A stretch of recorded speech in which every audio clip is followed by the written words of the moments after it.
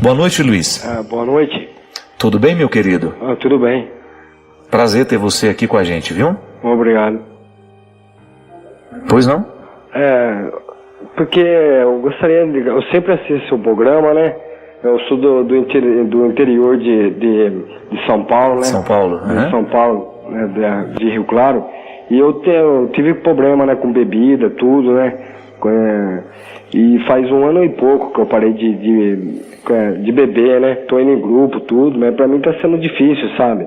Porque eu tô indo em grupo, tudo, entendeu? Tô indo em igreja, tudo, entendeu? Mas só que parece que assim, não tô tendo assim, sabe, amigos, essas coisas, tá sendo difícil, entendeu?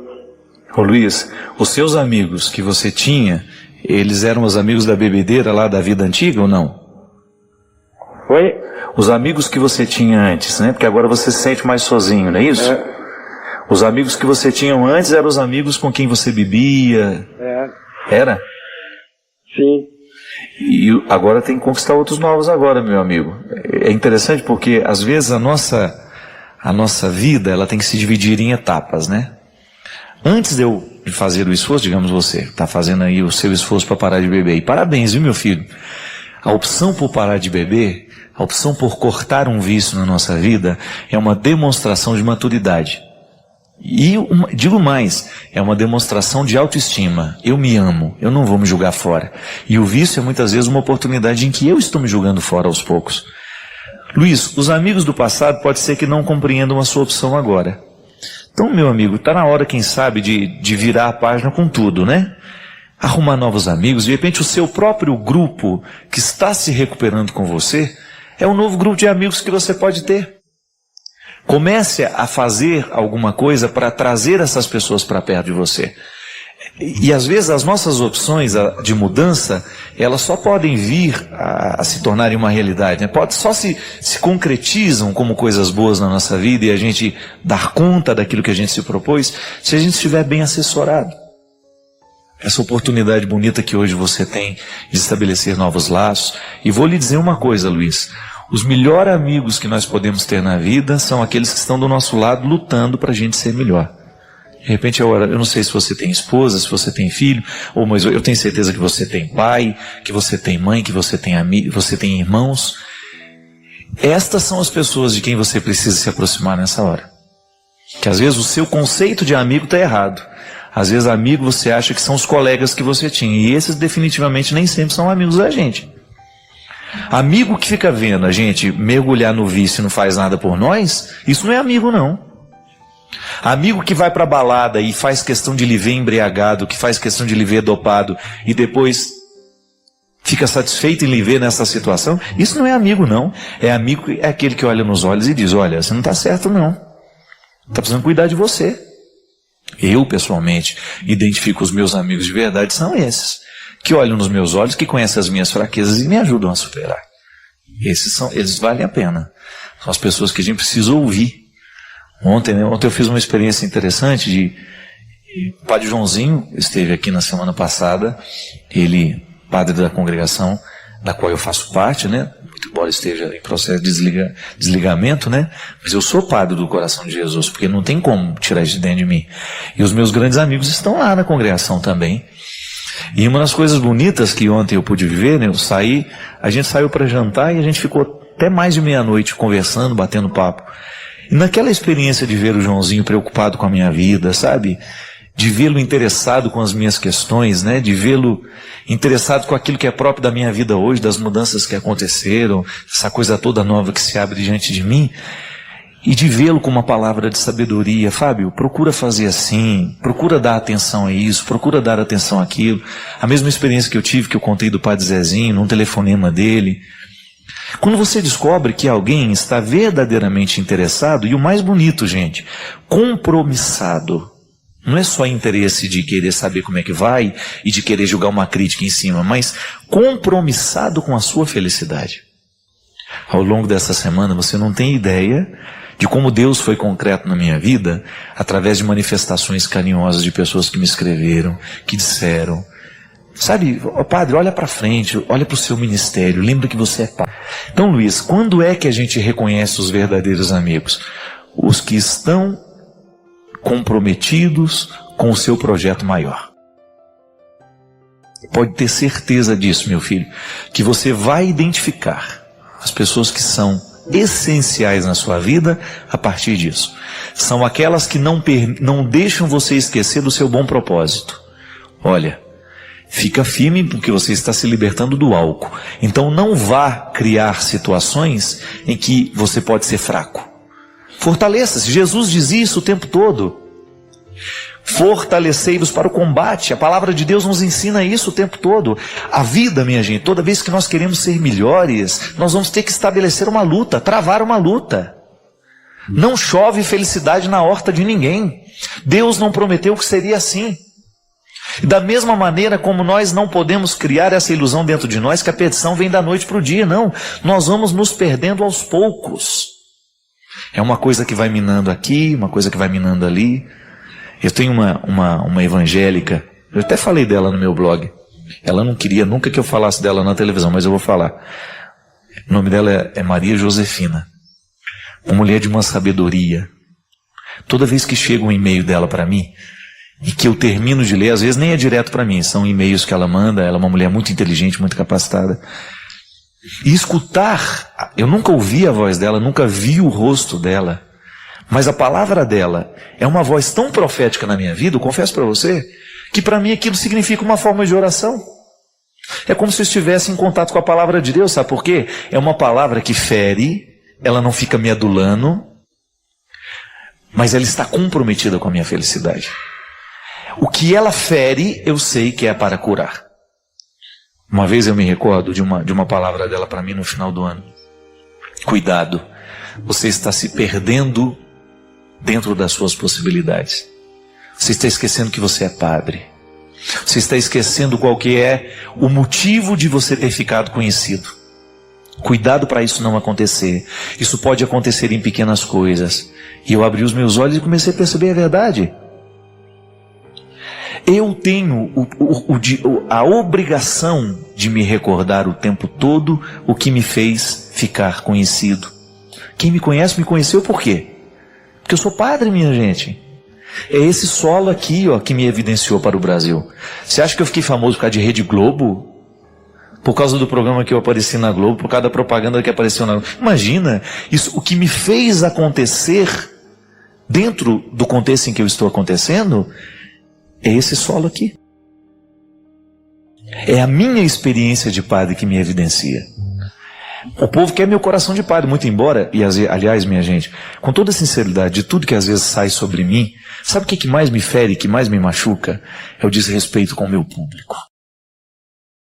Quando diz e joga todo mundo dentro de um mesmo saco, que o público que vai ao meu show, que vai aos meus eventos, é um bando de mulher histérica gritando que eu sou gostoso. Não sabe nada. Nunca viu as mães que choram porque perderam seus filhos? Os garotos drogados que deixaram de ser? Nunca sequer ouviram um testemunho de alguém que de repente foi curado de alguma depressão, porque ouviu uma palavra, porque ouviu uma música. Aí vem uma mentalidade infeliz dessa que nem sabe quem a gente é, que nos viu uma vez e que se sente no direito de dizer que vocês são um bando de desequilibrados. Não. É muito mais do que isso, meu amigo. Se você não viu o que verdadeiramente vale a pena dentro da música católica, dentro da música cristã, que o desrespeito não foi só comigo, com a música católica, com a música cristã. Venha ver as pessoas que são restauradas aqui, ou as que estão em casa agora, acreditando um pouquinho mais na vida, porque um dia ouviram a palavra do Padre Zezinho chegando através de uma música. O Padre Zezinho foi um padre moderníssimo para a sua época. Nunca vi o Padre Zezinho de clésima, mas nunca enxerguei o Padre Zezinho de outro jeito que não fosse padre. Alguém já enxergou o Padre Zezinho de outro jeito? Nunca. Posso assegurar por onde eu vou nesse Brasil afora. Ele é padre. A postura dele é de padre, a música dele é de padre, o trabalho dele é de padre, e ele lutou para ser padre e luta com todas as dificuldades, porque ele foi homem. Ele foi homem acima, na frente do tempo dele. Agora, Padre Zezinho, com certeza, na época dele, Luiz, para ele dar conta da vida dele, ele precisou de amigos. É a sua luta agora, meu amigo, não é diferente. Nós somos todos iguais nessa luta. Eu tenho que me cercar de amigos que me lembram quem eu sou, que não me deixam desanimar quando invento, quando dizem verdades, quando inventam, quando fazem luzes no cabelo da gente que a gente nunca teve, põe dourados no cabelo da gente, coisa, eu nunca vi uma coisa mais diabólica nisso, gente. Você pegar uma fotografia de uma pessoa e desenhar raios dourados, né? Você me via aqui toda semana, se alguma vez você viu isso em mim, eu estou louco. Mas é a vida, meu amigo. Luiz, a beleza de toda luta está em você reconhecer. Porque a dificuldade que o outro também lhe apresenta, lhe serve para crescer. Então tá bom. Eu vejo a luta e encaro. Não, o meu inimigo também me ajuda. O meu inimigo também me ensina a ser melhor.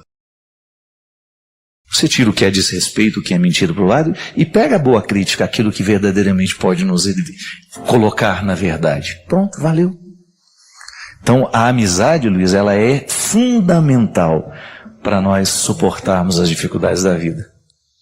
E sobretudo para fazer isso que eu estou falando, para a gente lembrar quem a gente é. Recorde-se, você é um homem que quer ser feliz. Só dê atenção em quem estiver junto com você, lhe ajudando a ser também, a fazer esse projeto dar certo. Caso contrário, meu amigo, você vai desistir antes da hora. E nós não queremos, nós queremos que o seu projeto dê certo. Cada vez mais eu me convenço, minha gente, que religião tem que significar para nós alívio do peso da existência. Nós não podemos mais admitir que a gente tenha que viver uma religião que seja fruto de obrigações cumpridas. Mesmo porque cumprir obrigações não salva a gente de nada, não é verdade? O bom mesmo da religião é quando a gente percebe que o discurso tem o poder de modificar o nosso jeito como nós interpretamos a nossa vida.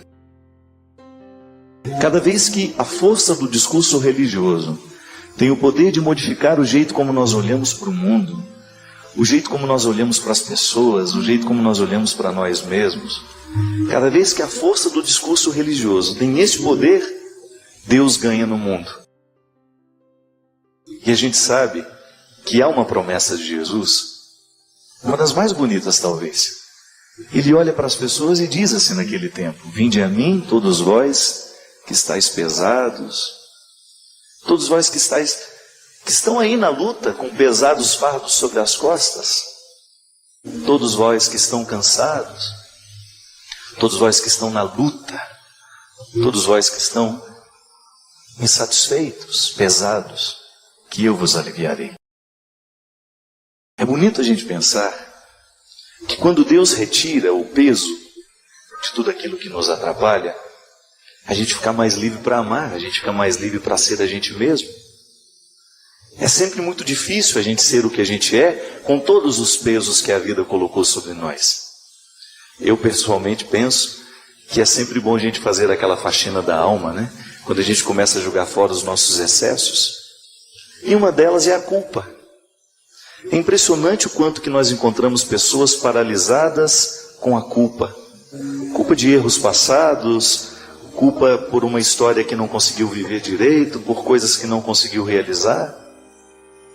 Retirar a culpa é como se nós tivéssemos retirado o poder de correntes pesadas que muitas vezes impedem aquela pessoa de ir adiante. Eu não sei se você já assistiu, mas há um filme que eu gosto muito que se chama A Missão. Um filme que fala justamente da presença dos jesuítas no Brasil, do processo da colonização. Há um personagem muito interessante naquele filme que faz uma experiência de cometer um crime e depois daquele crime ele se impõe um fardo muito pesado.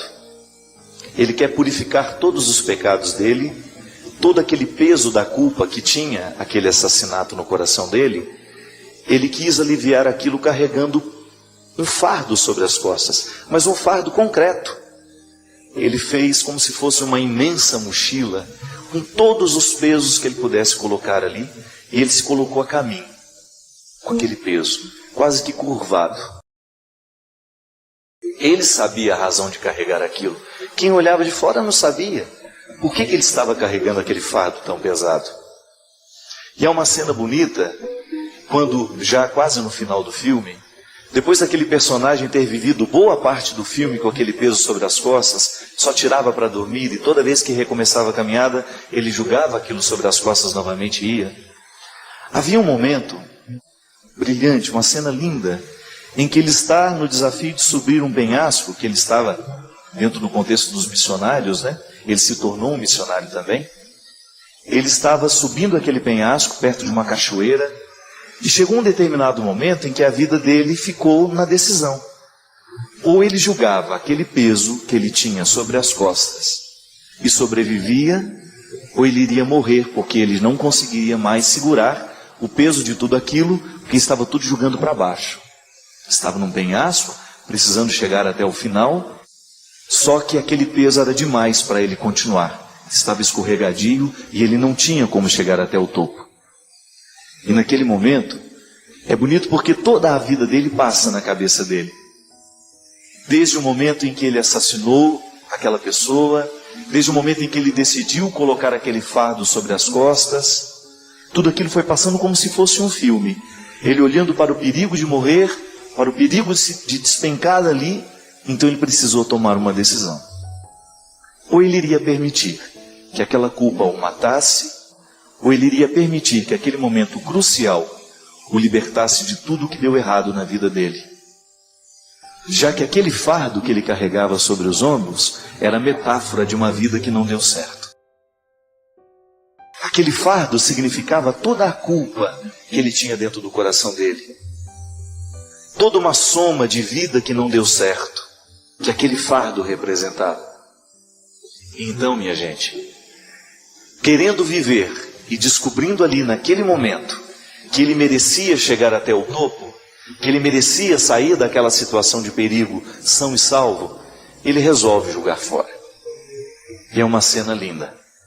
Quando ele vai tomando coragem e com muito cuidado para que não despencasse de lá, ele vai se libertando daquele fardo, até o momento em que sai dos ombros dele e ele vê aquilo rolando pelas pedras abaixo. Naquele momento, ele se segura na pedra e chora como uma criança. Chora muito. Chora por razões que nós desconhecemos. Chora no desejo, quem sabe, de viver o agradecimento daquela hora. Chegou no momento em que ele estava diante de um impasse. Ou ele continuava se culpando, ou ele continuava carregando aquele fardo de uma vida que não deu certo, ou ele iria sobreviver. E ele preferiu sobreviver. Eu fico pensando que às vezes a vida faz a mesma coisa com a gente.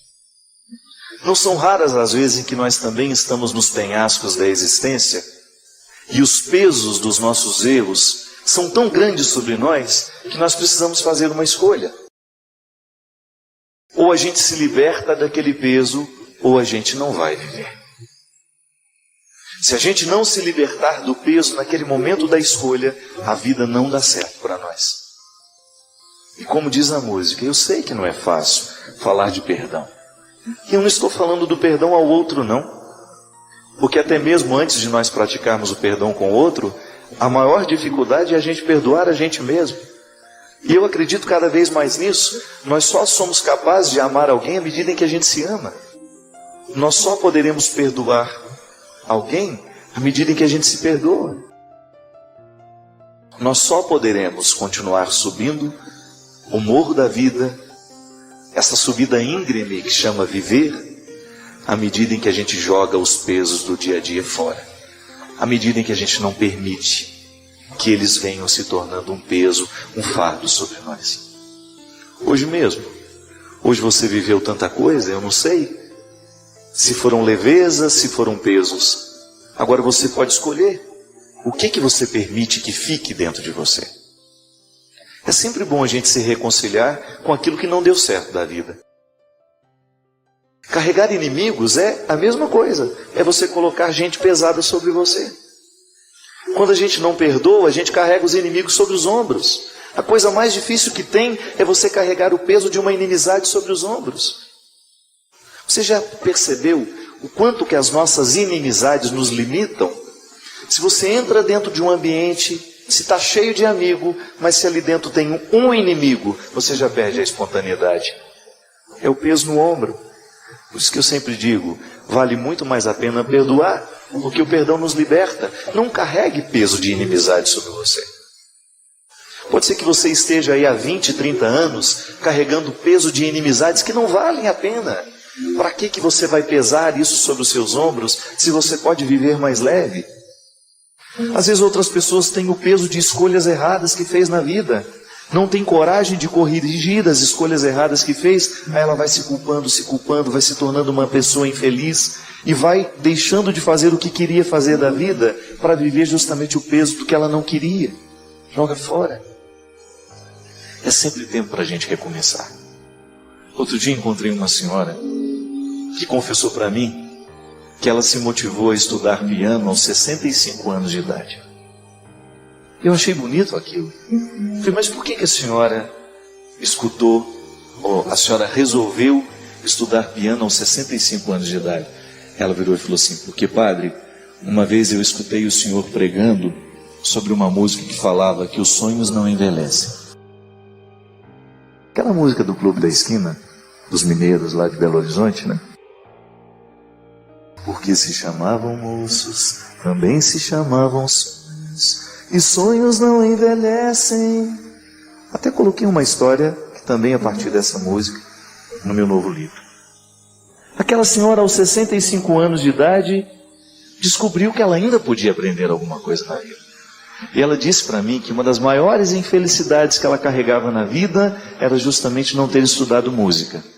E ela tinha uma habilidade tão natural que aos 65 anos de idade, ela começou a estudar piano. E uma excelente aluna. Veja bem, às vezes a pessoa passa uma vida inteira carregando um desejo como um peso. Mas de repente aquele desejo, quando colocado em prática, ele vira leveza. Pode ter certeza que essa senhora vai envelhecer ainda com qualidade ainda maior. Porque ela jogou um peso e assumiu uma leveza. É o que a gente precisa fazer, minha gente. Julgar os pesos das nossas culpas, da nossa vida que não deu certo, e a gente recomeçar. E começar com leveza. É muito bom a gente andar leve. Eu me lembro que a primeira vez que eu tive a oportunidade de sair do Brasil, fui para a França, eu levei tanta mala, que eu fiquei igual um cachorro amarrado nas malas. Às vezes estava numa estação de trem linda, eu não podia sair do lugar, gente. Amarrado na bendita da mala. Eram muitas. Hoje é diferente. Quando eu viajo, eu sei que eu preciso ir mais leve. Porque quando eu viajo mais leve, com menos bagagem, eu tenho mais oportunidade de ver as coisas bonitas que a viagem me proporciona. Às vezes a gente põe muito peso na mala e depois aquela mala se torna um empecilho que nem a gente dá conta de carregar. A mesma coisa nós fazemos com a vida. Às vezes nós colocamos coisas demais e coisas pesadas. E por isso que às vezes a nossa vida é tão sem graça, tão sem qualidade.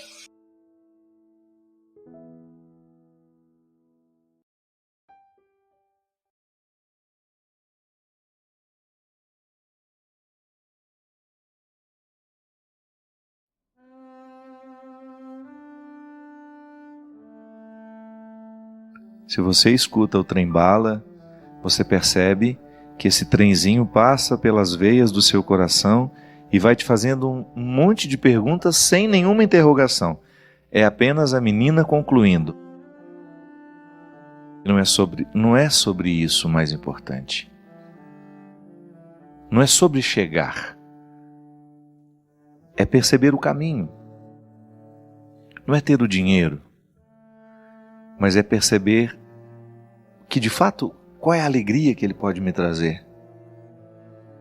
E aí você entra na dimensão da riqueza que não é material. Porque o nosso tempo nós o gastamos muito na edificação de questões materiais. Pode observar. Muito pouco tempo nós dedicamos às nossas riquezas imateriais. É o amor, é o perdão, é o crescimento interior, é a leitura, é eu me dedicar a ler um livro para permitir que aquele conhecimento venha me agregar. Isso é imaterial. É o que não se rouba de nós.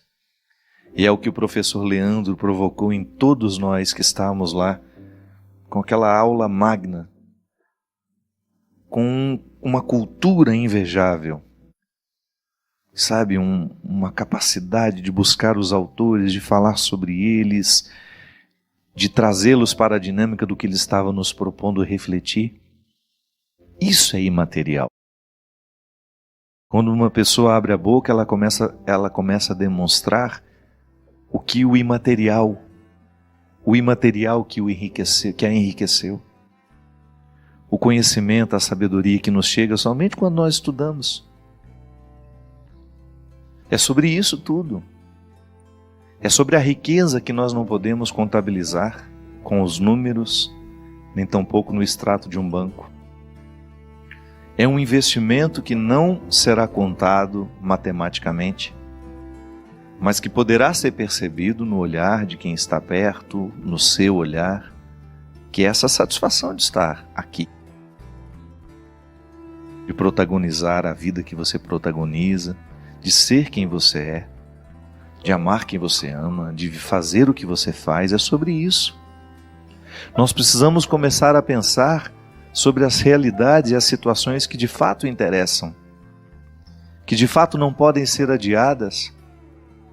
Às vezes nós adiamos questões tão fundamentais, tão importantes, por causa da nossa relação desordenada com o tempo.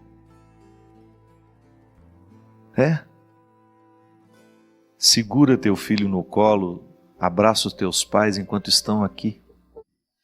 São questões simples demais e que às vezes entram no coração da pessoa na hora certa. Volto a dizer, a nossa relação com o tempo, porque nós não a percebemos, porque nós deixamos de perceber o tempo pelo tanto de coisa que nós fazemos, pela rapidez com que a gente vai e volta.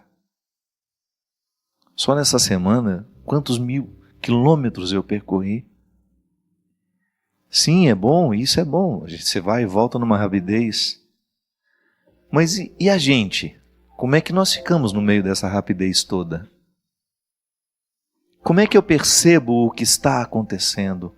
Ou se eu já chego só para realizar e ir embora imediatamente, eu nem sempre vivo o que eu preciso viver ali. Porque eu já chego pensando no lugar para onde vou depois. Eu nunca estou onde deveria estar. É igual a sala de estar da Ana Hickman, né? Aquele tamanhão de sala onde ninguém está, ela mesma disse. É a sala de estar onde ninguém nunca está. Às vezes nós somos assim. Às vezes nós nunca estamos onde deveríamos estar. O corpo até foi, mas eu já estou aqui planejando onde estarei daqui a pouco. Ou então eu estou agendo de estar com você, falo com você a semana inteira no celular. Ai, que bom que a gente vai se encontrar. Ai, que bom que nós vamos passar uns dias juntos. Aí quando você chega, eu começo a falar com o outro. Não percebo que você chegou. Ou então o encanto de você ter chegado só dura nos primeiros momentos. Depois eu já começo a programar encontro com outros. Ai, que bom que semana que vem estaremos juntos. E eu nunca estou com quem eu de fato estou. Nós nunca estamos onde deveríamos estar. Porque nos falta, sabe? Sei lá qual é esse defeito que nós estamos construindo. O desrespeito, né? Às vezes o outro você está falando com você, você está assim. Pode falar que eu estou te ouvindo, viu? Mentira. Não está ouvindo nada. Porque ouvir não é só aqui. O ouvir é o olhar para o outro.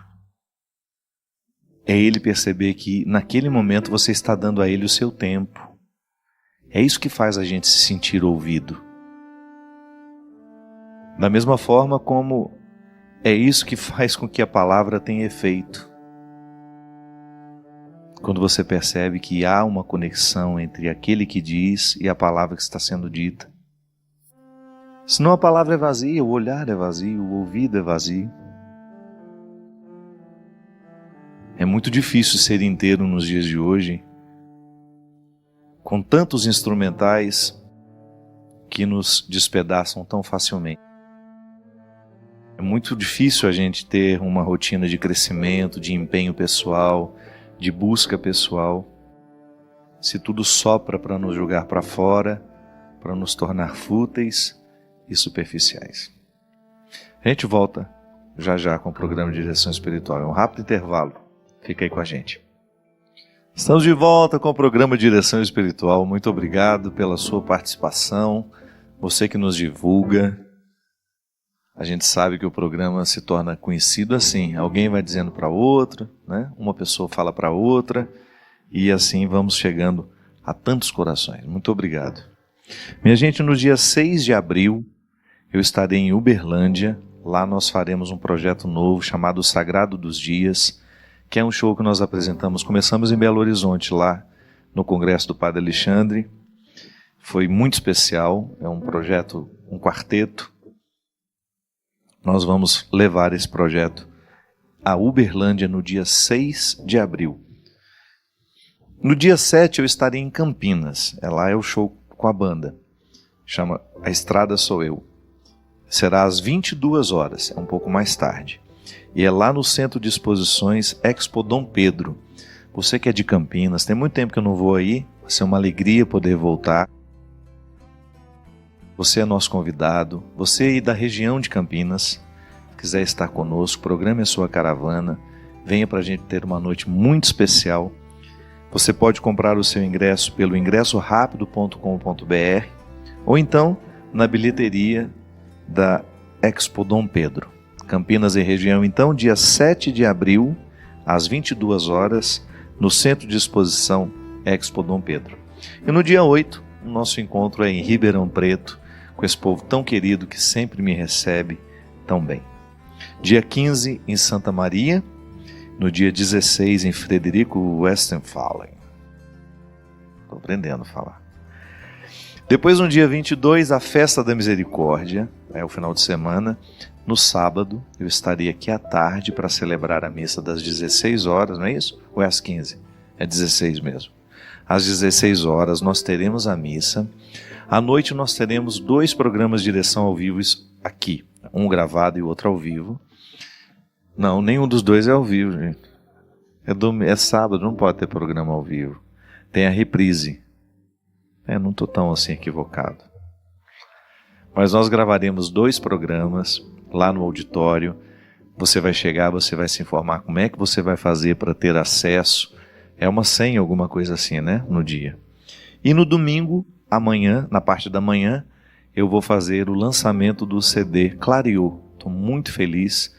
A Sony fez uma parceria com a Canção Nova e esse CD vai nos ajudar a pagar as contas aqui do mês. Canção Nova, para fechar o projeto da M Almas deste mês, o meu CD vai ajudar, se Deus quiser. Então você, se vier, vai ter a oportunidade de levar o CD autografado e também levar para alguém que você queira presentear. O CD vai ajudar nas contas do mês. Esse projeto novo vai cumprir esse papel aqui também. Estamos muito felizes, a Festa da Misericórdia é sempre muito especial. Você é convidado nos dias 22 e 23 de abril para estar conosco. A gente estava falando aqui das dificuldades que nós enfrentamos com essa vida tão corrida, né? E uma menina tinha acabado de me mandar aqui uma mensagenzinha no Twitter dizendo: Padre, eu não tenho muitas vezes a percepção do tempo. É isso. Eu não tenho a percepção do tempo e o meu prejuízo é justamente não ver os meus filhos crescerem. É verdade. E não é só ver o filho crescer, não, né? É não ver o pai no momento certo, porque há momentos em que a gente não pode estar longe. Há momentos em que a própria situação nos coloca. Mas há alguns momentos que nós temos de escolher. Eu acho que quando a vida nos coloca, ainda não é um valor. O valor é quando a gente escolhe estar. Eu não precisaria estar, mas eu vou. E é sim uma angústia muito grande, porque por causa desse ritmo de vida, nós não vamos tendo a capacidade de escolher. Nós vamos perdendo o direito de escolher. É justamente um dos pontos mais conflituosos para nós no exercício da nossa liberdade interior. É quando você deixou de ter condições de escolher. É como viver viciado. O viciado ele vai ficando, à medida que a toxina vai entrando na sua corrente sanguínea, ela vai criando uma dependência e, naturalmente, a pessoa deixa de ser livre para escolher aquela droga. É o organismo que pede, o organismo ficou dependente, perdeu a liberdade, porque eu escolho. Da mesma maneira como eu sou dependente da água.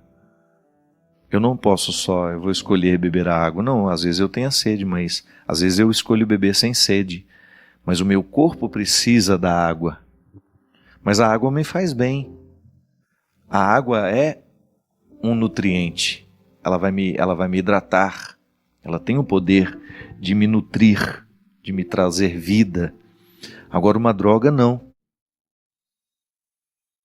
E porque eu estou dependente daquela droga, eu vou ficando cada vez menos livre. O hábito também nos vicia, minha gente. Nós vamos ficando viciados em hábitos ruins. E quanto mais a gente vai ficando viciado, mais nós vamos perdendo a liberdade. E você tem toda a razão, porque a não percepção do tempo nos priva de viver as coisas mais especiais da vida.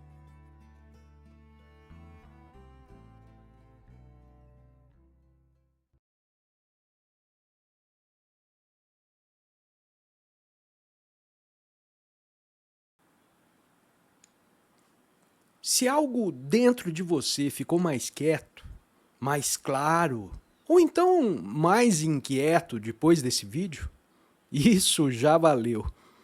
Comenta aí o que você sentiu, diga a sua cidade. Se puder, inscreva-se e envie para alguém que merece refletir isso junto com você. Esse tipo de atitude sempre gera boas discussões. Valeu? Um grande abraço e até o próximo vídeo. Tchau, tchau.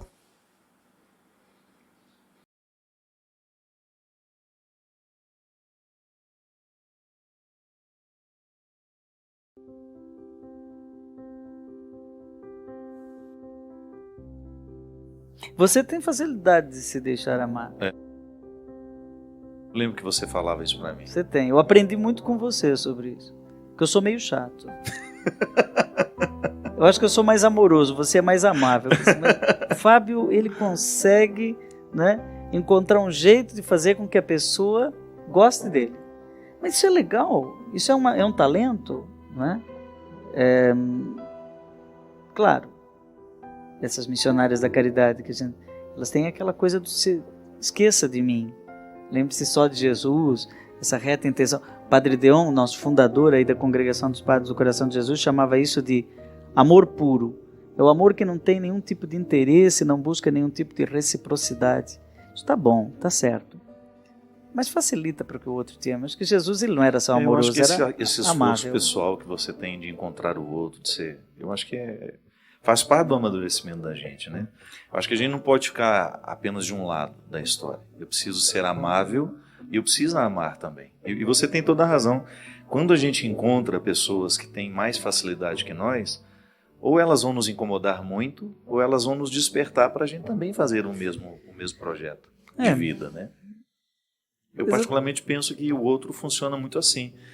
Esse amor que a gente precisa experimentar, o amor próprio, depois a capacidade que eu tenho de amar quem está do meu lado, de ir amadurecendo. Eu acho que as etapas do amor, eu ir vencendo os meus egoísmos e identificar que eu vou adentrando um contexto de muita gratuidade. Você sabe que foi uma primeira coisa que eu experimentei da sua amizade, foi justamente a capacidade que você tinha de promover os outros. Eu fiquei encantado de observar como isso era verdadeiro em você, não era um esforço que você fazia, era natural. Você promoveu muita gente. Eu vejo hoje na música católica, né, quantas pessoas passaram pela sua promoção.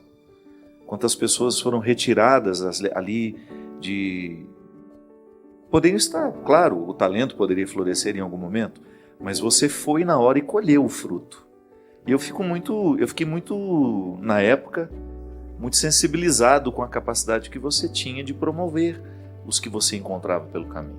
Eu acho que isso é uma graça. E eu quis aprender Fábio. isso também. Eu quis aprender, porque eu acho que isso é louvável numa pessoa. Às vezes eu estou no supermercado e eu vejo uma pessoa, uma jovem, e o meu olho bate assim, eu pensei, essa seria uma atriz. Você seria um bom caça-talentos, né? Eu sou. Eu descobri muita gente. Você não fez isso de profissão, fala. Mas não, de profissão não. Mas o problema é que também às vezes não tenho talento. E eu tenho que dizer, e eu aprendi a dizer isso também, Sim, que não dá. Você é muito verdadeiro, você não nasceu em Santa Catarina à toa, né? O catarinense não tem meia. Não, é verdade, às vezes não dá e a pessoa fica malhando em ferro frio, tentando fazer aquilo e não é do ramo.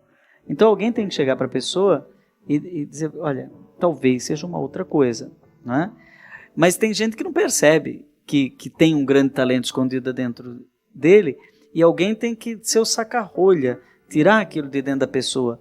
E realmente... Você teve alguém assim na sua vida, João? Que O lhe Léo. ensinou isso? O Léo. Fábio, praticamente todas as coisas... Eu faço muitas coisas diferentes, você me conhece. Mas esses dias eu estava fazendo uma revisão de vida, tudo passou pelo Léo. Tudo.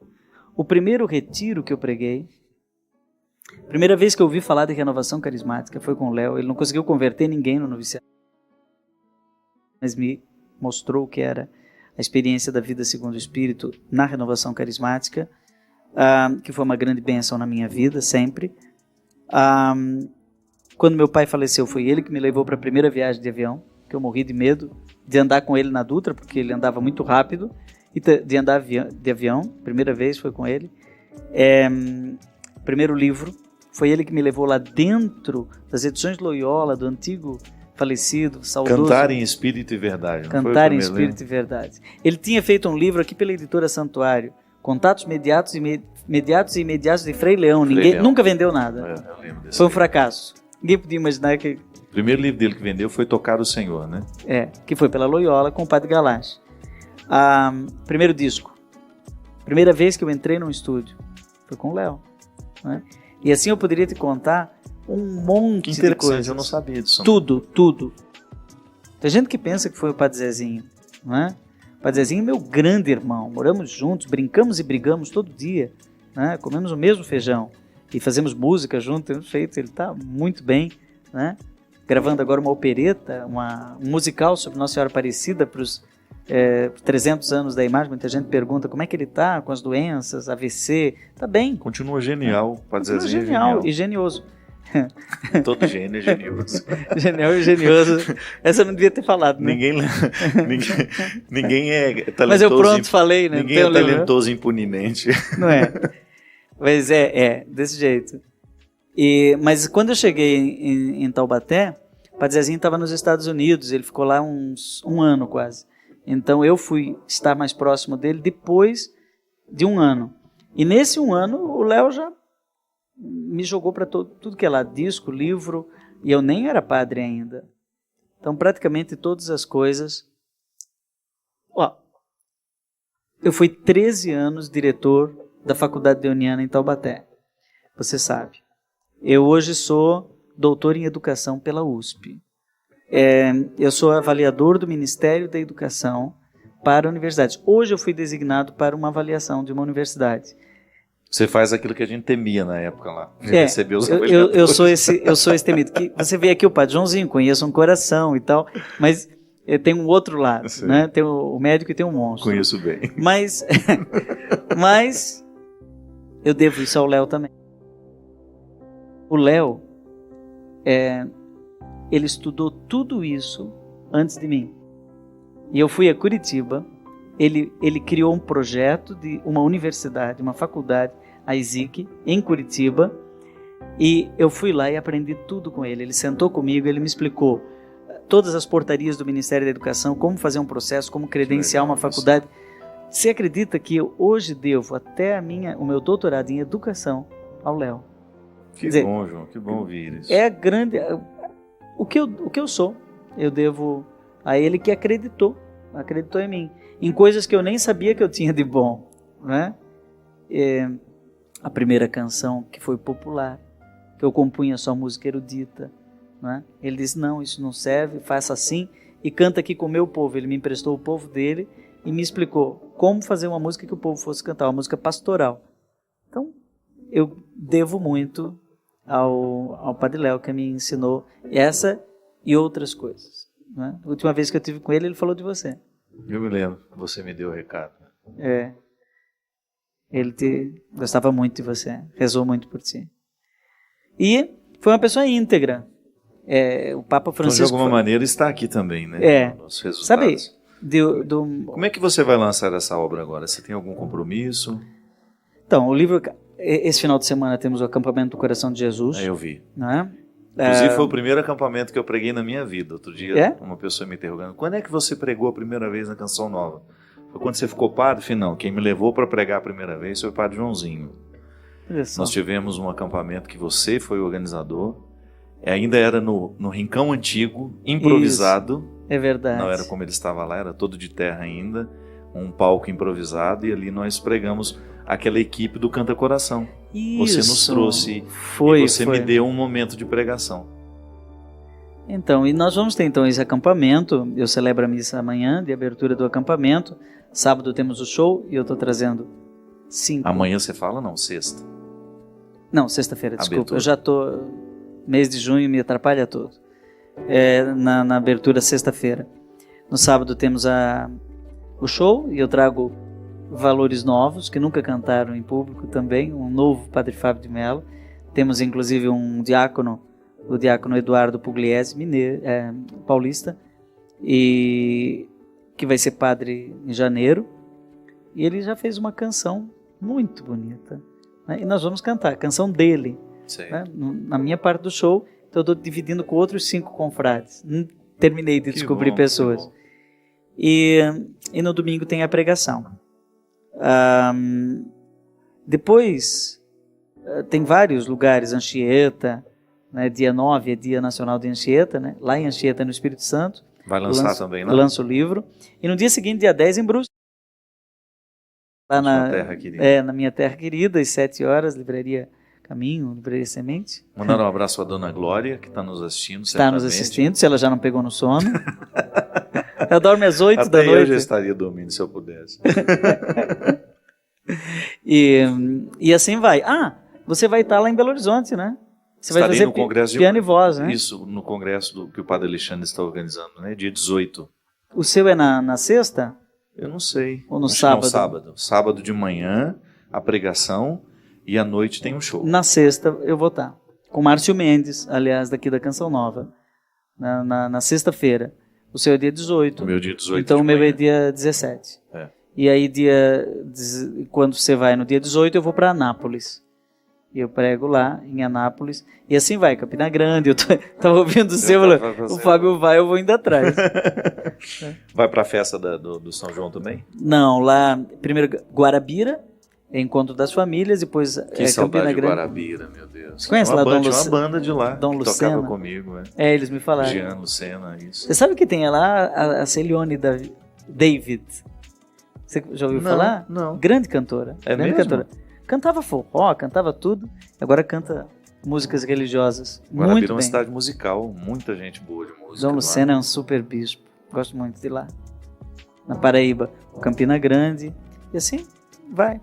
Estive esse final de semana num lugar do Rio de Janeiro tão querido, lá Itaucara. Itaucara, me lembro. Já foi lá? Também, já. É um lugarzinho assim tão muito mimoso, né? Bonito. Foi lindo o show, lindo show.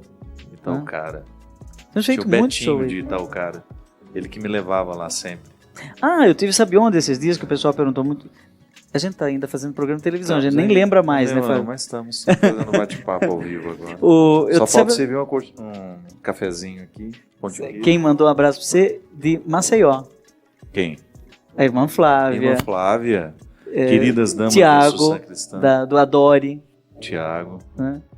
O pessoal muito 10. A nossa diretora querida, irmã Sandra. A irmã Sandra. E todos lá.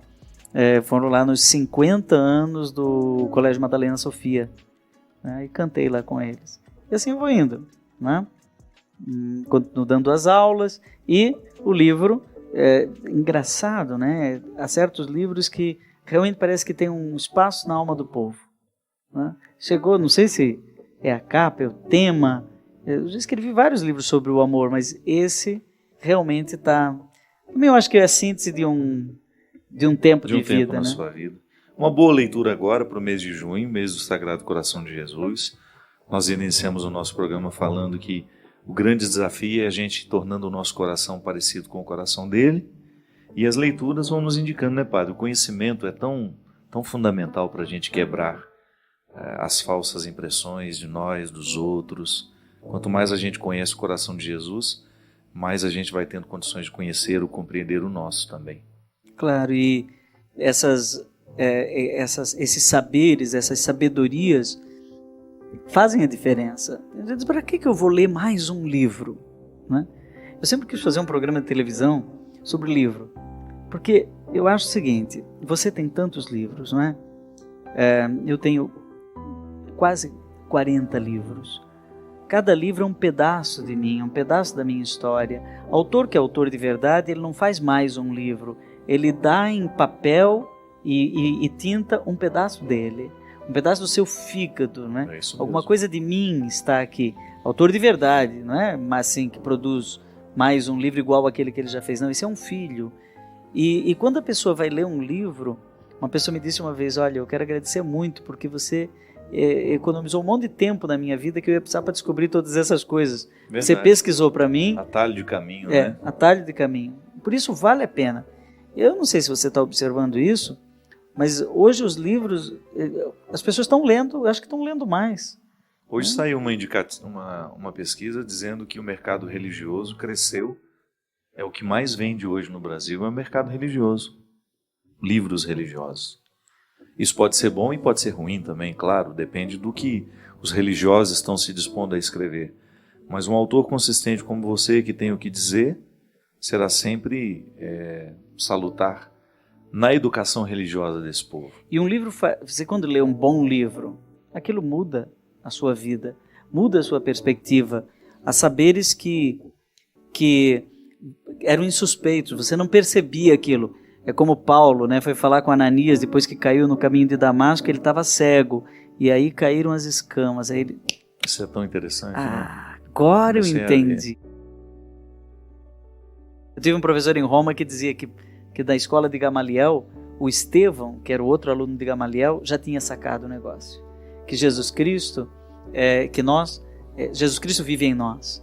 Que existe um mecanismo de cristificação, chama aqui de amorização, e que Saulo não entendeu. E quando ele caiu, aí ele ouviu, Saulo, Saulo, porque me persegues? Ele estava perseguindo o cristão. E daí ele percebeu, agora eu tenho que entender essa voz. E aí foi com Ananias, o seu catequista, que ele entendeu isso. E aí escreveu essas cartas maravilhosas e definitivas, né? O que Paulo escreveu Gálatas, meu Deus. Continua dizendo da mesma maneira, né? Outro dia eu estava lendo carta aos Gálatas, mais uma perspectiva de estudos. Meu Deus, está falando da nossa situação atual. É fantástico. O cristianismo judaizante, né? Aquela tentativa de retorno às regras, o esquecimento do que Jesus pretendia. É impressionante como é sempre atual para nós. Por isso é sagrado, são, né? O tempo segura. Autores. Então, ler um livro é ganhar um pedaço da alma do outro. Porque quando eu leio um livro do Padre Fábio de Mello, algo da alma dele se aninha dentro da minha alma. Isso é misericórdia.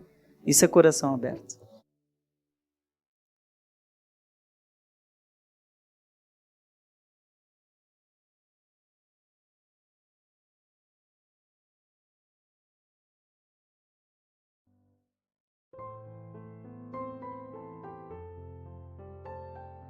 O que é a vida virtuosa? É você buscar no seu dia a dia, pisar na cabeça dos defeitos, da mesma maneira como Nossa Senhora pisa na cabeça da serpente,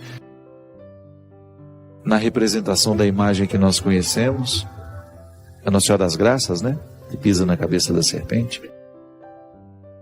Santo Agostinho sugere a vida virtuosa até mesmo para os ateus, porque ele aprendeu isso lá na filosofia antiga, num tempo em que esses escritos, essas sugestões filosóficas eram para ateus, mas também para aqueles que queriam ser cidadão.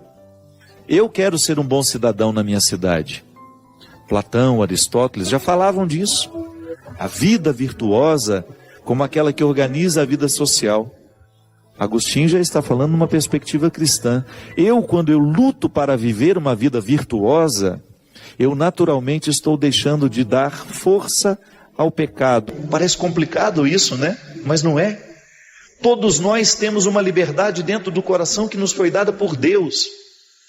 Mas que se a gente não administra bem essa liberdade, ela pode morrer dentro de nós. Nunca chega à tona. O que é a liberdade interior que a gente tanto fala? É essa capacidade que você tem de dizer não a uma realidade que você reconhece nociva a você. Quando nós perdemos a capacidade de dizer não a uma realidade que nos destrói, é porque essa realidade já se tornou viciosa. Ela se estabelece dentro de nós como um poceiro que invade terras que não eram suas, mas passam a ser pelo tempo em que ele se estabelece ali. É o que nós chamamos de uso capião. Se eu entro dentro de um terreno que não é meu e começo a plantar, fazer ali a minha cultura, daqui a pouco eu entro na justiça e vou requerer o direito de que aquilo é meu. O vício não faz outra coisa na vida da pessoa. E a primeira coisa que o vício faz, ao retirar a capacidade que aquela pessoa tem de decidir por si mesma, é expulsar o amor próprio. É que, na verdade, o vício não sabe conviver com o amor próprio. Eles não cabem na mesma sala.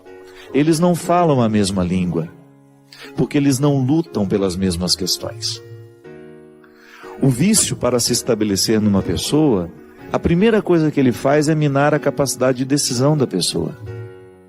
Ele retira a liberdade interior. E por isso que Jesus fala o tempo todo da linguagem do coração. E o Evangelho de João, que é o Evangelho do coração, é o Evangelho do afeto, daquele apóstolo que fez uma experiência muito profunda de Jesus, é o Evangelho do coração. As narrativas de João são sempre muito profundas. Estão todas elas na perspectiva de mostrar um Cristo profundo, um Cristo que não se prende nas aparências, mas um Cristo que enxerga o coração.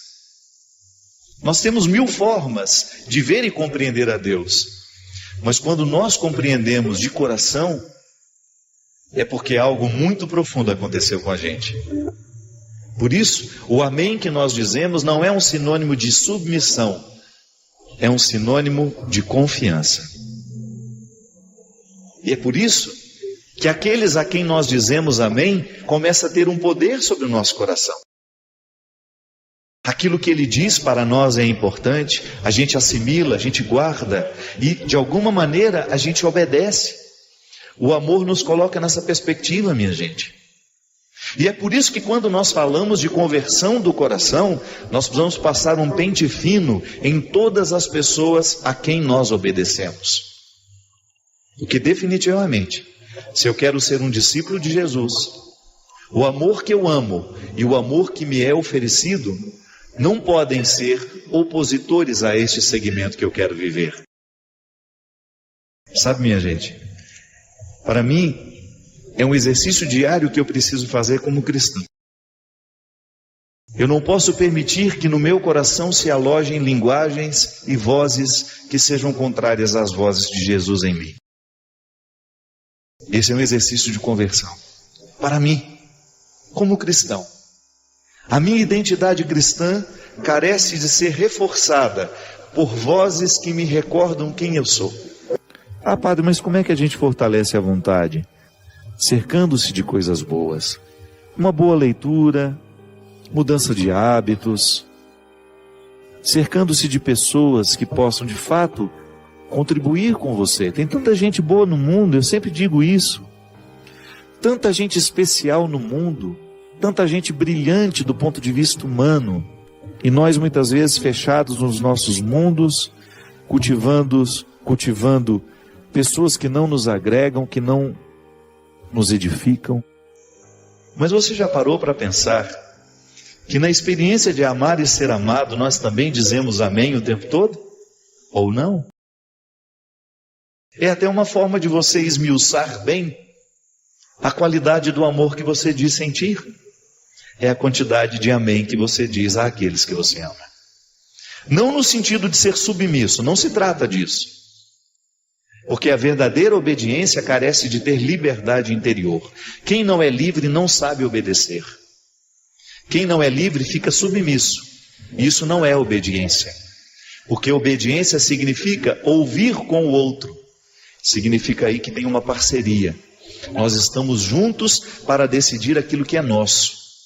Nós vamos ouvir juntos para chegar a uma conclusão.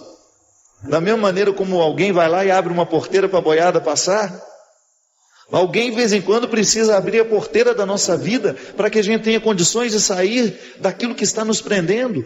Como é que abre essa porteira, minha gente? Desculpe até a expressão, né? Abre a porteira como? Através de uma palavra, através de um conselho bendito, ou até mesmo de um abrir de olhos que nos faz enxergar as coisas de um jeito novo, sem as opressões que muitas vezes os nossos inimigos íntimos colocam em nós. Por isso o amor é esse exercício de serviço. Eu sirvo aquele a quem amo, e aquele a quem me ama, também me serve. Não no sentido de sermos objetos um para o outro, no sentido de termos um significado profundo que nos faz ficar em pé. E então nós começamos a descobrir as parcerias neste processo de conversão. Quando nós identificamos que o outro está nos tornando cada vez mais aptos à ação de Deus em nós. Você olhar para os amigos e identificar, esse amigo aqui me faz ser mais de Deus. Esse marido me faz ser mais de Deus. Essa esposa me faz ser mais de Deus. Esses filhos que eu trouxe ao mundo me fazem ser mais de Deus. E você também pensar na responsabilidade do seu papel na vida dessas pessoas. Eu me lembro quando eu era menino, nas primeiras aulas que a gente tinha, a professora nos dava algumas lições e dizia para a gente, isso você tem que saber de cor. Não é assim? O saber de cor é como se a gente tivesse tido a experiência mais profunda que o conhecimento pode nos proporcionar. Eu já sei de cor, isto é, já está internalizado em mim. Já não pode ser retirado de mim, porque foi assimilado pelo coração. E Jesus nos ensinou que a maior autoridade, aquela que está superior a todas as outras autoridades, não é a medalha no peito, não é a profissão que teve, que foi dada pelo diploma, não é o cargo político que ele exerce, não. Pode até ser o rei, mas ele não tem autoridade afetiva nenhuma sobre mim. A verdadeira autoridade é aquela que nos faz servir. Olha que beleza isso. Na compreensão de Jesus, a verdadeira autoridade, o verdadeiro poder está nas mãos daquele que serve. Quando nós dizemos amém, dentro de um contexto religioso, por exemplo, nós estamos dizendo que nós acreditamos naquilo que nos foi dito. No universo religioso, a palavra amém significa disposição de seguimento. Amém. Eu estou concordando com você. Aquilo que me foi proposto pela fé, eu estou humanamente aceitando. Amém. Eu quero, eu me disponho. Rezo por você, minha filha. Quero que você tenha êxito, para que você tenha êxito na sua luta, para que você volte a se amar, que você redescubra o seu valor como pessoa e que você não se renda a tudo isso que está lhe destruindo. Não importa o momento da vida em que você se cansou. O que importa é que é sempre possível recomeçar.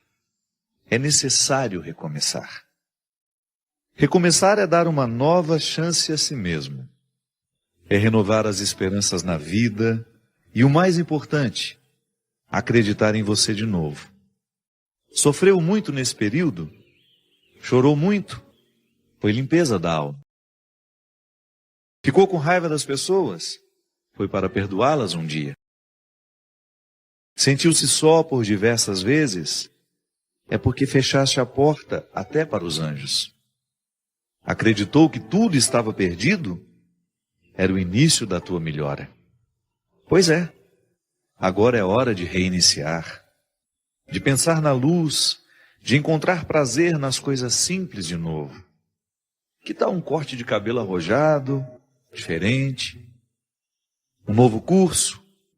Ou aquele velho desejo de aprender a pintar, desenhar, dominar o computador, ou qualquer outra coisa? Olha, quanto desafio! Olha quanta coisa nova nesse mundo de meu Deus te esperando. Está te sentindo sozinho? Besteira? Tem tanta gente que você afastou com seu período de isolamento. Tem tanta gente esperando apenas um sorriso teu para chegar perto. Quando nos trancamos na tristeza, nem nós mesmos nos suportamos. Ficamos horríveis. O mau humor vai comendo o nosso fígado até a boca ficar amarga. Recomeçar. Hoje é um bom dia para começar novos desafios. Onde você quer chegar? Ir alto? Sonhe alto. Queira o melhor do melhor. Queira coisas boas para a vida. Pensando assim, trazemos para nós aquilo que desejamos. Se pensamos pequeno, coisas pequenas teremos.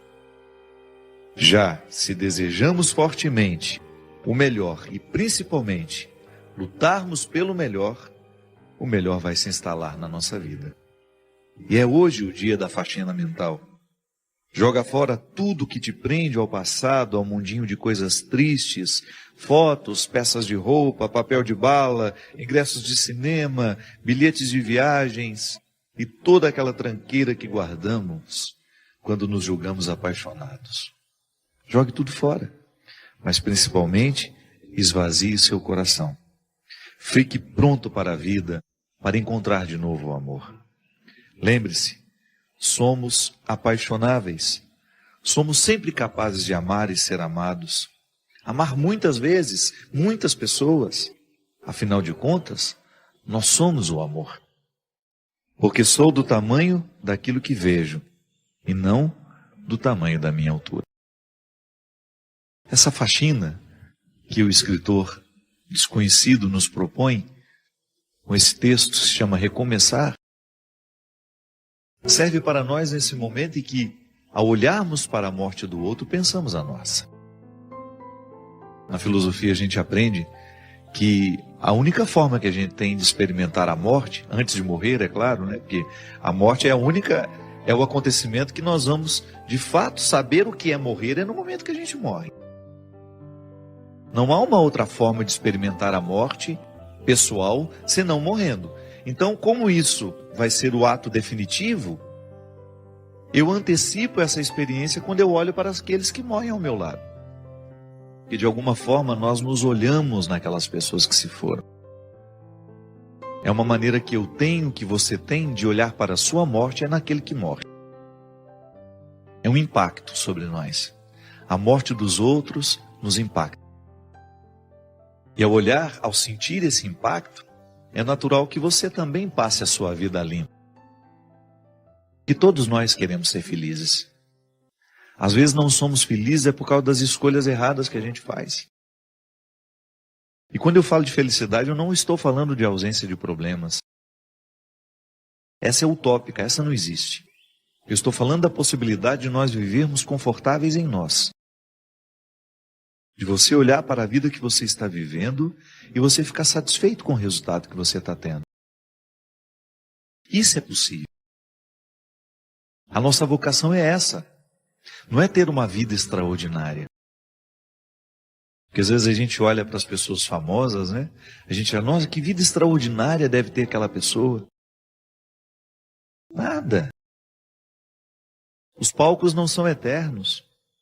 aquele astro do cinema que você vê brilhando na tela. Olha o que aconteceu com ele.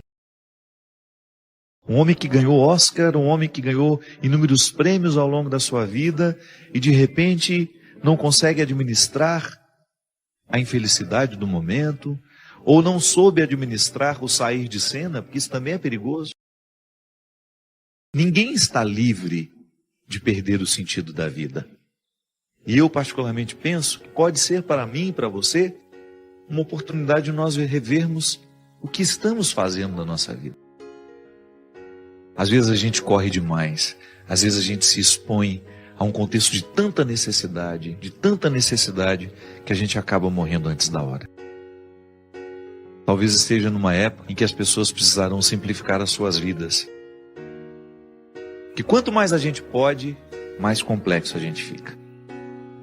E quando somos muito complexos, a gente se perde no contexto das escolhas, a gente tem dificuldade de encontrar o que é essencial.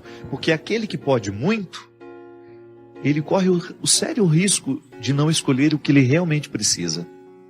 Porque entre aquilo que a gente pode e entre aquilo que a gente realmente precisa, há uma distância muito grande. São muitos os excessos que nós alimentamos como prioridade, como algo inadiável. Urgente é viver, minha gente. Urgente é voltar para casa, encontrar os filhos que a gente tem. Urgente é amar. E às vezes essa urgência, porque a gente quer chegar, nós somos capazes de parar hoje e esperar ali algumas horas. Porque isso é urgente. Às vezes a gente confunde, né? Urgência não é você correr para chegar. A urgência é você querer chegar. Então, às vezes, porque eu quero realmente chegar, eu vou precisar dormir algumas horas para que eu tenha condições de chegar bem. Não me expor ao risco desnecessário. Porque a vida já tem riscos demais. Aí por amor, como dizia o poeta, né? O escritor, o amor não desiste de nós. A gente pode até desistir dele. Mas se tem uma coisa que você nunca vai perder na vida, é a insistência do amor por você. Ele quer abrigar o seu coração. Porque nós somos feitos para isso. Pode observar, os momentos em que você mais foi feliz na vida, foi o momento que você amou intensamente. Não foi o momento que você ganhou dinheiro, não foi o momento que você fez sucesso. Mesmo porque o dinheiro e o sucesso, essas coisas só têm sentido se você tem pessoas que te amam ao seu lado. Jesus já falava isso. Que o dinheiro só tem sentido se for para gastar com as pessoas que nós amamos. Então de nada vale você ter construído toda uma estrutura se lhe faltam pessoas que ajudem a significar essa estrutura construída. Isso é urgente. É você administrar a sua vida para que você tenha condições de estar mais tempo ao lado dos que você ama. Porque é assim mesmo, chega um momento em que você descobre que o essencial, o que realmente importa, se opõe muito ao jeito como nós vivemos. É que, na verdade, a sociedade de consumo nos coloca dentro de um movimento e a gente não sabe onde vai parar. Então você vai incrementando a sua vida de um jeito. Uma casa aqui, uma casa ali, um apartamento aqui, isso ali, 2 carros. E você vai multiplicando o seu gasto e você vai perdendo o direito de desacelerar. Ou então as pessoas que são dependentes de você. Às vezes é assim mesmo. É tanta gente que depende de nós que a gente não tem o direito nem de adoecer. Aí é a hora de você distribuir as responsabilidades, né? Olha, o bem-sucedido, né, de uma casa, corre o risco de viver a vida inteira sendo aquele que vai suprir as necessidades de todos. Porque todo mundo olha para ele como se ele tivesse a obrigação de dar conta da vida financeira de todo mundo dentro daquela casa. Volto a dizer, tem de fazer a gente pensar na qualidade de vida que nós estamos tendo. Não dá para desperdiçar a vida assim, minha gente.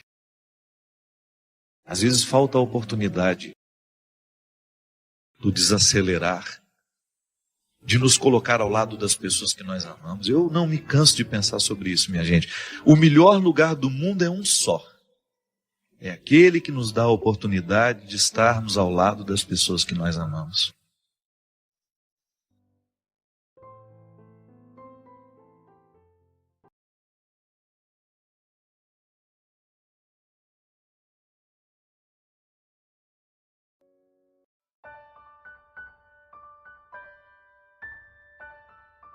História de amor à primeira vista é muito perigoso. O amor ele tem que ser processual. Porque quando você fala que se apaixonou e que foi amor à primeira vista, você corre o risco de estar apaixonado não pelo que o outro é, mas por aquilo que você gostaria que ele fosse. Quantas pessoas, minha gente, eu já vi vivendo essa prisão. Eu não sou o que ela gostaria que eu fosse, mas ela quer tanto que eu seja que eu estou fazendo esforço para ser. Aí dura aí uns 2, 3, 4 anos até que todas as máscaras caem por terra. O verdadeiro amor é aquele que vai sendo descoberto à medida em que defeitos e qualidades são colocados à mesa. É uma crueza isso. É difícil? É. Mas conto de fadas, definitivamente nunca vi. Essa história de amor romântico, perfeito, onde o outro é tudo aquilo que eu imaginava ser, não. Dê tempo ao tempo, vá devagar com o andor, porque o santo é de barro, viu? Vá devagar com o andor, porque o namorado que você tem aí é de barro, é frágil. Vá devagar com o andor, porque a sua namorada é frágil, a sua esposa é frágil. Ela tem muitos defeitos que você precisa conhecer.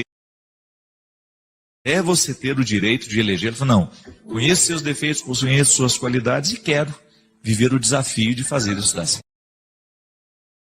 As prisões afetivas nascem das nossas expectativas. Então, muitas vezes, nós aprisionamos o outro nas nossas expectativas. E por que depois a gente não consegue se livrar? Porque você também não consegue livrar-se da ilusão que você criou para ele. Sabe como é que uma pessoa se recupera disso? Quando ela tem coragem de reconhecer, eu não perdi tanto assim. E, na verdade, a pessoa que eu achava que eu amava nunca existiu. Ela foi uma projeção minha. É engraçado, minha gente, que quando a pessoa consegue fazer essa reflexão, ela se liberta, como se fosse tirado uma infecção que antes estava matando. Outro dia atendi uma pessoa assim, muito rapidamente, ela me contou que o casamento tinha sido desfeito. Eu não sou a favor de desfazer casamento, eu não me compreendo errado. Acho que tem que fazer de tudo para dar certo. Mas ela me falava assim, eu sabia da vida que ela vivia, das inúmeras traições, das mentiras o tempo todo que ele contava para ela e do tanto que ela sofria com aquilo. Aí um dia ela sofreu, ela me procurou e chorando muito falou assim, ele me abandonou. Agora foi embora de vez. Aí eu perguntei para ela, mas por que você está sofrendo tanto se você sabia que ele já tinha te abandonado há muito tempo? Ele te abandonou desde o primeiro momento em que ele assumiu uma outra mulher na vida dele e tinha uma vida dupla. Todo mundo sabia dessa vida dupla. Ele te abandonou há muito tempo, há 20, 30 anos atrás, eu não sei quando foi que começou essa história de traição, e você não teve coragem de, naquele momento, colocar-se como uma esposa deve colocar no momento que sabe da traição do marido. Com autoridade.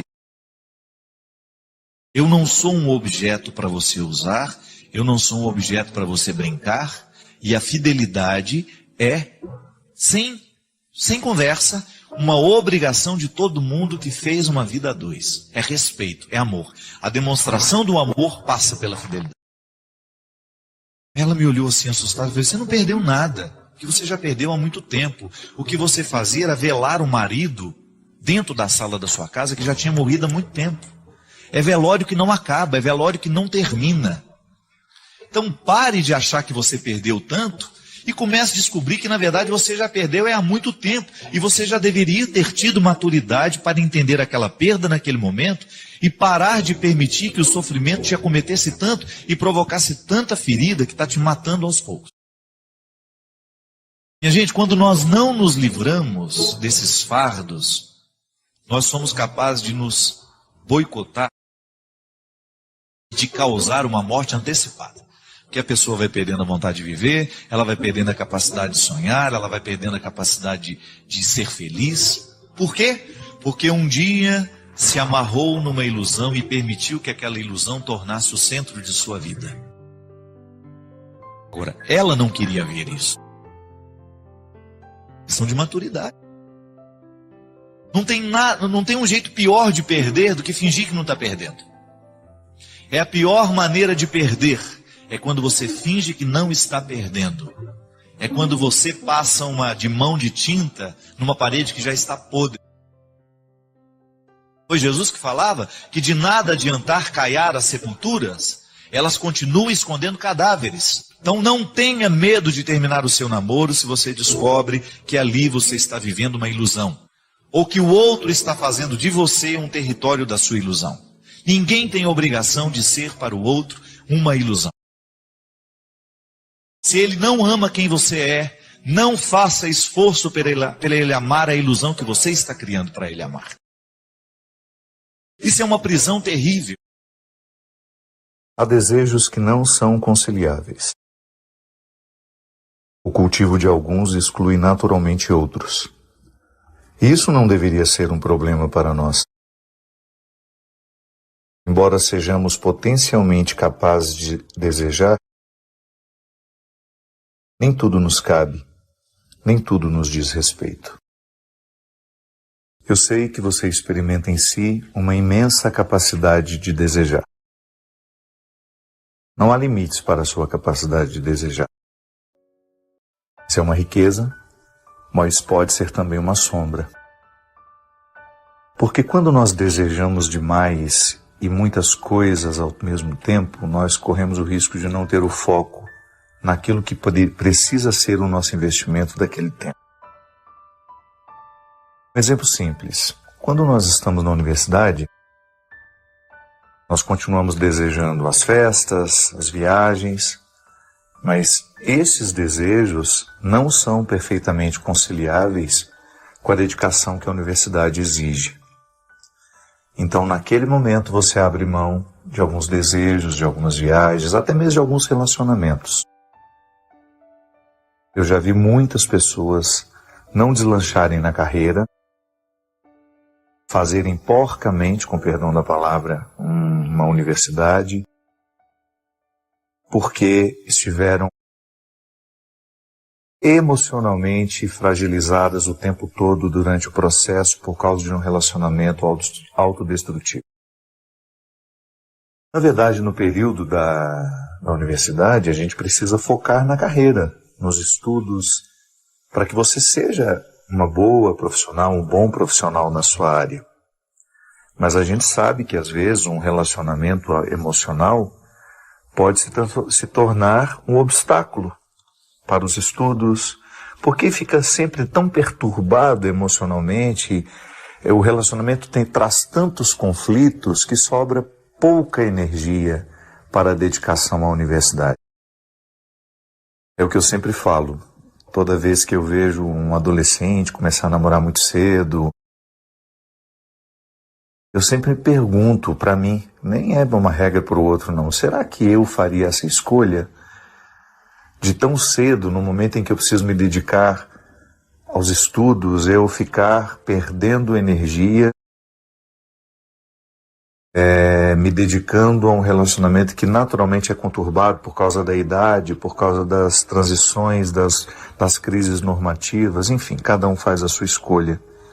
Eu percebi que em alguns momentos eu não podia conciliar os meus desejos. Ou eu focava em um e me dedicava a ele, ou eu me perdia em muitos e não me dedicava a nenhum deles. Preste atenção em si. Como é que você tem se dedicado aos seus desejos? Eles têm favorecido o seu crescimento? Você tem sabido diferenciar? Você tem sabido discernir qual o tempo que deve dedicar a cada um deles? Tem tido coragem de dizer: esse desejo não é conciliável com a minha vida neste momento? Ou ainda não foi capaz de fazer dessas rupturas? Não perca tempo. Quanto mais cedo você identifica o desejo que precisa sobreviver e o desejo que pode esperar, muito mais cedo você inicia um processo de realização humana que mais tarde você vai agradecer. Deficiente é aquele que não consegue modificar a sua vida, aceitando as imposições das outras pessoas e da sociedade em que vive, sem ter consciência de que é dono de seu destino. Louco é quem não procura ser feliz com o que possui. Cego é aquele que não vê o seu próximo morrer de frio, de fome, de miséria, e só tem olhos para os seus míseros problemas e pequenas dores. Surdo é aquele que não tem tempo de ouvir o desabafo de um amigo ou o apelo de um irmão, pois está sempre apressado para o trabalho e quer garantir os seus tostões no fim do mês. Mudo é aquele que não consegue falar o que sente e se esconde por trás das máscaras da hipocrisia. Paralítico é quem não consegue andar na direção daqueles que precisam de sua ajuda. Diabético é aquele que não consegue ser doce. Anão é aquele que não sabe deixar o amor crescer. E finalmente, a pior das deficiências é ser miserável. Porque miseráveis são todos aqueles que não conseguem falar com Deus. A amizade é um amor que nunca morre. É interessante que nós humanos, nós nascemos inacabados. De todos os seres vivos, nós somos os que nascemos mais incompletos. O nosso processo é lento. Você nasce e não é capaz de ficar em pé, diferente de um animal, de um cavalo, por exemplo. O filhote já nasce com muito mais autonomia do que o ser humano. O filhote de boi, por exemplo, um boizinho, um bezerrinho no pasto, ele tem muito mais autonomia enquanto ser vivo do que nós quando nascemos. Nós carecemos o tempo todo do cuidado das pessoas que nos amam. Nós necessitamos o tempo todo de cuidados básicos para a nossa sobrevivência, porque senão a gente morre. É nesse processo que nós começamos a experimentar dentro de nós as deficiências. São as deficiências que nos mostram e que nos expõem como frágeis, como humanos. Mas as deficiências verdadeiras não são essas. São outras que a gente vai adquirindo ao longo da nossa vida, ou até mesmo valores que a gente vai deixando de adquirir, que vão criando lacunas dentro de nós. E o poeta fala de maneira tão bonita, né? Surdo é aquele que não tem tempo de ouvir o desabafo de um amigo. Cego é aquele que não vê o seu próximo morrer de frio. Louco é quem não procura ser feliz com o que possui. Paralítico é quem não consegue andar na direção daqueles que precisam de ajuda. Eu já encontrei muita gente com deficiências físicas, mas com deficiências físicas que não foram capazes de atingir a sua alma. São pessoas que estão vivas, que estão dando um testemunho maravilhoso de vida ali, presos numa cadeira de roda ou até mesmo numa cama. Do contrário, em outras situações contrárias, a gente descobre pessoas em seu estado de saúde com inúmeras deficiências na alma. É a vida e seus contrários. E a gente o tempo todo precisando passar pela experiência de descobrir onde é que estão as nossas deficiências. Eu me recordo que uma vez o Padre Léo testemunhou de maneira muito bonita, assim, num encontro que a gente estava participando com ele em Brusque. E ele estava contando uma história de uma moça deficiente que ele encontrou. Ela tinha defeitos em todo o corpo. Muitos defeitos. E no momento de oração, de agradecimento, diz que ela rezou assim: eu queria agradecer a Deus porque os meus maiores defeitos eu não posso esconder. Os meus maiores defeitos estão todos à mostra. Um jeito interessante, né, de lidar com a deficiência. Um jeito interessante de lidar com a desarmonia do corpo, buscando a harmonia interior. Buscando esta que verdadeiramente faz diferença no mundo. A harmonia interior, esta arquitetura da alma.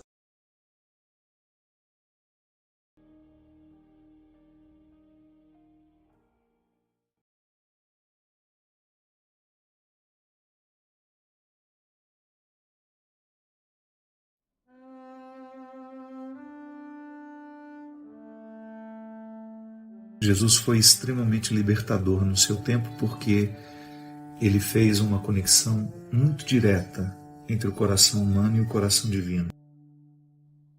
O coração de Deus, nele plenamente manifestado e encarnado, acolheu os que passaram pela vida dele. Se nós quisermos ser essencialmente religiosos, espiritualizados, nós temos que permitir.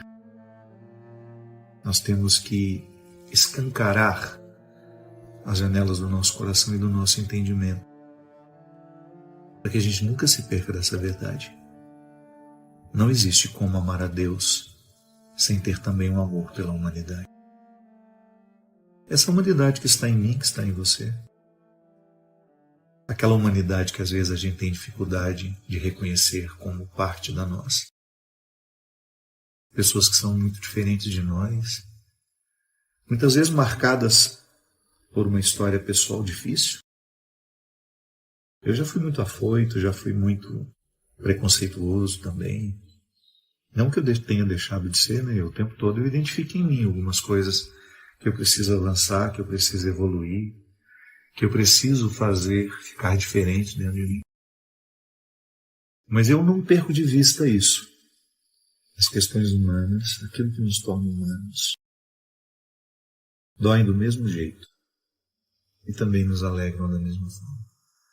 Claro, com proporções diferentes, vai depender da história de cada um de nós.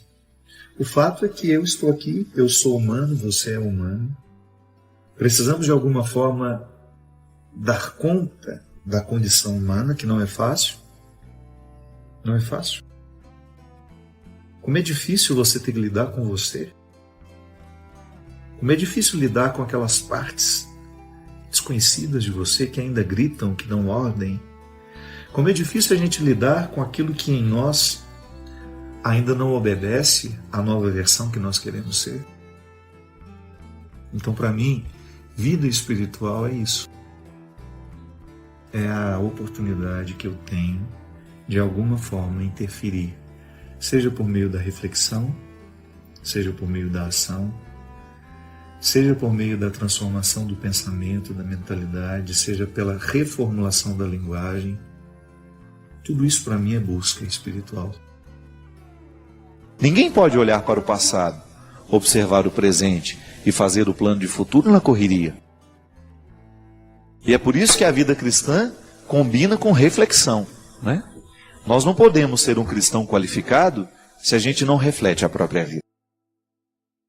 Então, tenha calma com você. Se você tem dificuldade com as pausas, exercite-se nelas. Comece a olhar mais devagar para o seu jeito de ser. Comece a prestar atenção em você. Na maneira como você trata as pessoas, na maneira como você trabalha, na maneira como você estuda, na maneira como você escolhe ser quem você é. Reflita-se. Seja capaz de colocar para você mesmo, até descrever de vez em quando, quais são os seus maiores defeitos. O que você tem feito para superar cada um deles? Quais são as suas qualidades? E o que você tem feito para fazê-las crescer ainda mais? Essa é a pausa reflexiva. É o momento que você tem a oportunidade de qualificar a sua vida. De fazer esse exercício e reconhecer nele um ato religioso. É um rito religioso. Refletir-se à luz de Jesus. Ter a oportunidade de observar-se. Para a partir desta observação, modificar, crescer, avançar, ir além. É o que eu desejo para você. Que hoje, ao observar a sua vida, ao prestar atenção na maneira como você está vivendo, você se comprometa com você. Porque o primeiro a ser beneficiado com a sua mudança não são os outros. Os primeiros não serão os outros. O primeiro a ser beneficiado com tudo aquilo que você vai se proporcionar, mudar, ser melhor, é você mesmo. Porque no fundo, o maior conforto que nós podemos desejar nessa vida é estar feliz em nós mesmos. É você estar satisfeito, sabendo que você está sendo o ser humano que você pode ser. E ninguém pode chegar neste lugar, ninguém pode alcançar essa condição sem se refletir. Por isso hoje eu desejo que o olhar de Jesus, ao olhar nos seus olhos, ele possa provocar em você silêncio. Que ele possa provocar em você este desejo de olhar para você mesmo, sem os seus excessos, viu? Sem as suas mentiras. Às vezes você precisa das suas mentiras para que o outro te olhe melhor. Deus não precisa disso. Jogue fora todas as mentiras que você conta para você mesmo. Todas aquelas explicações que você se dá. Você não precisa delas neste momento. O Deus que te olha, o Deus que te encontra, dispensa toda e qualquer mentira que você tenha contado para você mesmo. É você e sua verdade. É neste território que Deus quer agir. Por pior que seja a sua indigência, por pior que sejam os seus erros, por pior que seja o seu passado, a sua história, nada disso vale agora. Sabe por quê? Porque Deus nos enxerga com olhos de futuro.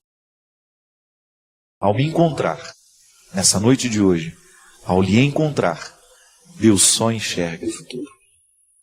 Não é maravilhoso isso? Pensar que hoje Deus só enxerga futuro em você? Isso é salvação. E se a gente aceitar que Deus nos salva com o seu olhar, um olhar que tem o poder de nos reinaugurar, de nos trazer vida nova. O Senhor esteja convosco. Ele está no meio de nós. Derrame sobre todos nós a sua bênção. Deus Todo-Poderoso, Pai, Filho e Espírito Santo. Às vezes nós temos aquela impressão de que nós estamos fazendo para nós. Não é? Melhor, às vezes nós temos a impressão de que nós estamos fazendo para os outros, mas não é para nós. Repare nas suas necessidades. Você tem necessidades. Não adianta você querer oferecer ao outro uma solução se antes você não experimentou. Nós somos o lugar onde nós experimentamos a vida, minha gente. Eu preciso o tempo todo de palavras que pastoreiem a minha alma, porque muito facilmente eu fico nas facilidades do egoísmo.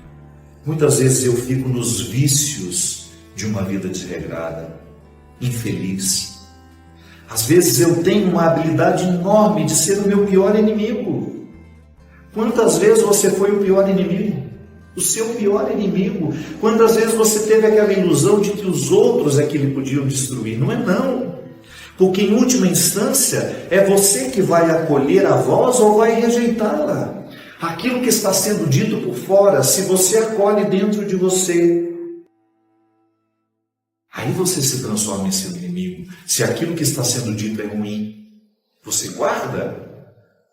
Nós somos muitas vezes traumatizados assim, né? Porque nós somos crianças. O pai, diante de uma dificuldade que você teve, chama você de burro. A palavra do seu pai é tão importante para você que você acredita que você é burro. E às vezes você passa uma vida inteira desperdiçando a sua inteligência, porque naquele momento da vida você acreditou no que o seu pai disse. Você não conseguiu desabrochar a sua inteligência porque você acreditou que seu pai disse que você era burro e você ficou. Não pode. Não pode. Você não pode cometer esse crime contra você. A voz que pastoreia é aquela voz que nos chama para o amadurecimento, para o desabrochar de tudo aquilo que em nós é maravilhoso, minha gente. Por isso que eu preciso ter um pastor amigo, um amigo pastor. Eu tenho um pastor amigo, que é o pastor Caio Fábio, que é um homem que participa mesmo da minha vida. E ele é um amigo pastor. Eu trouxe para a minha vida, pela autoridade espiritual que ele tem, um homem que eu conheço, que eu identifico muito próximo da verdade, da sabedoria evangélica, e eu quero ele comigo, porque ele é meu amigo. Ou pessoas simples no meu dia a dia, que tem palavras proféticas na minha história. como te ajudo? Padre Fábio, o senhor tem poder de cura. Quantas vezes eu já pensei nisso, mas a palavra dela ontem para mim confirmou aquilo que de alguma forma eu já sei. Preste atenção no que os que te amam lhe dizem. Você pode observar que muitas destruições acontecem na nossa vida quando nós paramos de ouvir as pessoas que nos amam, ou quando nós trocamos, deixamos de ouvir as pessoas que nos amam para ouvir aqueles que acabaram de chegar. Quantas vezes nos nossos relacionamentos a gente se destrói porque a gente deixou de ouvir as pessoas que nos amam? A infidelidade entre casais acontece muito nesse momento, quando a gente deixa de ouvir o outro, quando a voz do outro deixa de acordar o significado que a gente sabe que ele tem na nossa vida. E depois que você cai na traição, que você cai no sentimento de fracasso, o que mais lhe dói é isso. Em algum momento eu ouvi. Em algum momento eu ouvi muito mais a voz que não me amava. E ao ouvir a voz que não me amava, eu me transformei num ser humano que eu não gostaria de ser. Infiel, trapaceador, incapaz de viver o que há de mais sólido e bonito dentro das relações que eu estabeleci. Eu começo a morar fora de mim, porque as vozes que eu estou ouvindo não me chamam para dentro de mim, elas me expulsam. Ou as vozes que eu estou ouvindo ajudam a me edificar as moradas do pecado. Ou então a voz que eu estou ouvindo, ela aguça aquilo que em mim é mais sórdido, mais pecaminoso. E não é à toa que a gente tem aquele ditado, né? Diga-me com quem tu andas, e eu direi quem és. Eu modificaria que Jesus andou com muita gente ruim e não se transformou nelas. Diga-me quem tu ouves. Que às vezes você pode estar trabalhando com uma pessoa que você sabe que é ruim. Você anda com ela, mas você não permite as influências ruins dela sobre você. Porque a voz não te chama, a voz não repercute dentro de você. Quando ela chega, ela não produz frutos. Então, a voz que nos pastoreia. Se você quiser prestar atenção na qualidade da sua vida, é só você prestar atenção a quem você escuta. Quem tem influência sobre você? Quais são as vozes que despertam as suas vozes interior?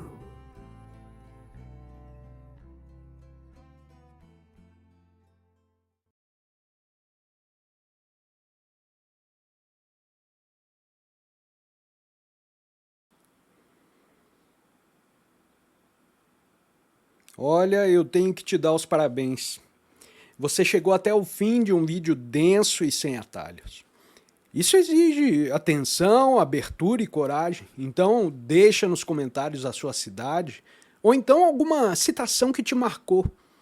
Se sentir que esse conteúdo pode ajudar alguém, compartilhe com essa pessoa. Valeu, um grande abraço e até mais. Tchau, tchau.